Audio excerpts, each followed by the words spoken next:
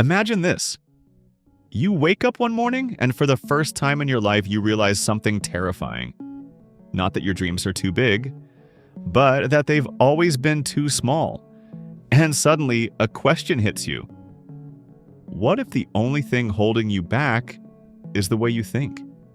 There's a quiet story playing inside every person's mind. It doesn't shout. It doesn't demand attention. But it controls everything. Your confidence, your decisions, your courage, even your future. Most people never notice it, but the few who do change their entire lives. Let me tell you a story, not about a rich man or a genius, just an ordinary person. Someone like you. He had average marks, average skills, and an average job. Nothing special. But every time an opportunity came, a voice inside him whispered, "Not for you. Too risky. You're not ready." So he stayed where he was, safe, comfortable, invisible. Years passed, and one day he met someone who looked no different from him. Same background, same education, same starting point. But this person was living a completely different life. Successful, confident, respected. And the difference wasn't talent, it wasn't luck. It was one simple thing: the size of their thinking. Here's the truth most people don't want to accept. Your life is not controlled by your circumstances. It is controlled by the way you interpret those circumstances. Two people can stand in the same situation. One sees limitation, the other sees possibility. One sees problems, the other sees opportunity. One shrinks, the other expands. And the world responds accordingly, because life doesn't give you what you deserve. It gives you what you believe is possible. Think about this. Have you ever walked into a room and instantly felt small? Not because someone said anything, but because your own mind told you you don't belong here. That's not reality, that's conditioning. Somewhere along the way, you were taught to think within limits, to play safe, to not aim too high, because aiming high means risking failure. And failure feels uncomfortable. But here's the twist nobody tells you. Playing small doesn't protect you from failure. It guarantees regret. Big thinking is not about arrogance. It's not about pretending you're better than others. It's about refusing to believe that your current situation is your final destination. It's about expanding your internal boundaries, because the moment your thinking grows, your actions follow. And when your actions change, your results can't stay the same.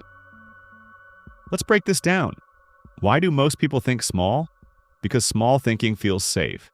It avoids rejection, it avoids judgment, it avoids the possibility of looking foolish. But here's the irony.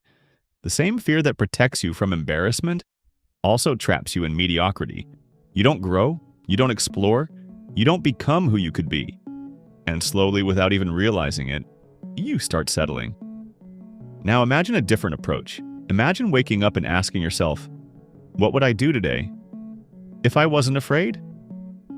That one question alone can shift your entire direction, because fear doesn't disappear when you wait. It disappears when you act. There's another invisible force controlling your life, your self-image, the picture you carry in your mind about who you are. If you see yourself as average, you'll act average. If you see yourself as incapable, you'll avoid challenges. If you see yourself as someone who can't, your brain will constantly look for proof to support that belief. But if you change that image, everything changes. Let me give you a simple example. Two people are given the same opportunity to speak in front of a crowd. One thinks, what if I mess up? The other thinks, what if this changes my life? Same situation, completely different outcomes, because their thinking shapes their reality. Confidence is not something you're born with. It's something you build, and it starts with your thoughts. Every time you replace a limiting belief with an empowering one, you rewire your mind.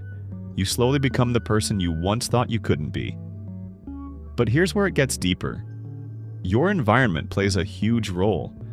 If you surround yourself with people who constantly complain, doubt, and criticize, their mindset becomes your mindset. Not instantly, but gradually. Like water shaping stone. That's why successful people are extremely careful about who they listen to. Because ideas are contagious, and negativity spreads faster than anything else. Ask yourself honestly, who are you listening to daily? Are they expanding your thinking or shrinking it? Are they encouraging growth or reinforcing fear? Because your future is being shaped by these influences, whether you notice it or not. Another powerful idea is this: excuses are the silent killers of potential. They sound logical, they feel justified, but they keep you stuck. I don't have time. I don't have resources. I'm not lucky. These are not facts. They are mental barriers, and the more you repeat them, the stronger they become. Successful people think differently. Instead of asking, "Why can't I?" they ask, "How can I?" That one shift transforms everything, because now your brain starts searching for solutions instead of problems. Let's talk about action. Big thinking without action is just fantasy, but small thinking leads to small actions, and small actions lead to small results. If you want a bigger life, you need bigger actions, not reckless actions, but bold ones. Actions that push you slightly beyond your comfort zone, because growth never happens inside comfort. And yes, you will make mistakes. You will fail. You will feel uncertain. But those moments are not signs to stop. They are signs that you're growing, because the only people who never fail are the ones who never try. There's also something powerful about how you present yourself, the way you talk, the way you walk, the way you carry your energy. These things matter, not because they define your worth, but because they influence how others perceive you and how you perceive yourself. When you start acting like someone who believes in themselves, your mind slowly starts accepting that identity. Now, here's something most people ignore. Your thoughts don't just affect your actions, they affect your emotions, your energy, your presence. If your mind is constantly filled with doubt, fear, and negativity, it drains you. But when your thoughts are focused on growth, possibility, and purpose, you feel alive, motivated, driven. Think about the last time you felt truly excited about something. What was different? It wasn't the situation. It was your mindset. You believed something good was possible, and that belief created energy. So the real question is not, can you succeed? The real question is, are you willing to think differently? Because everything starts there. Let me take you deeper. Most people wait for external proof before they believe in themselves. They want success first and confidence later. But it doesn't work that way.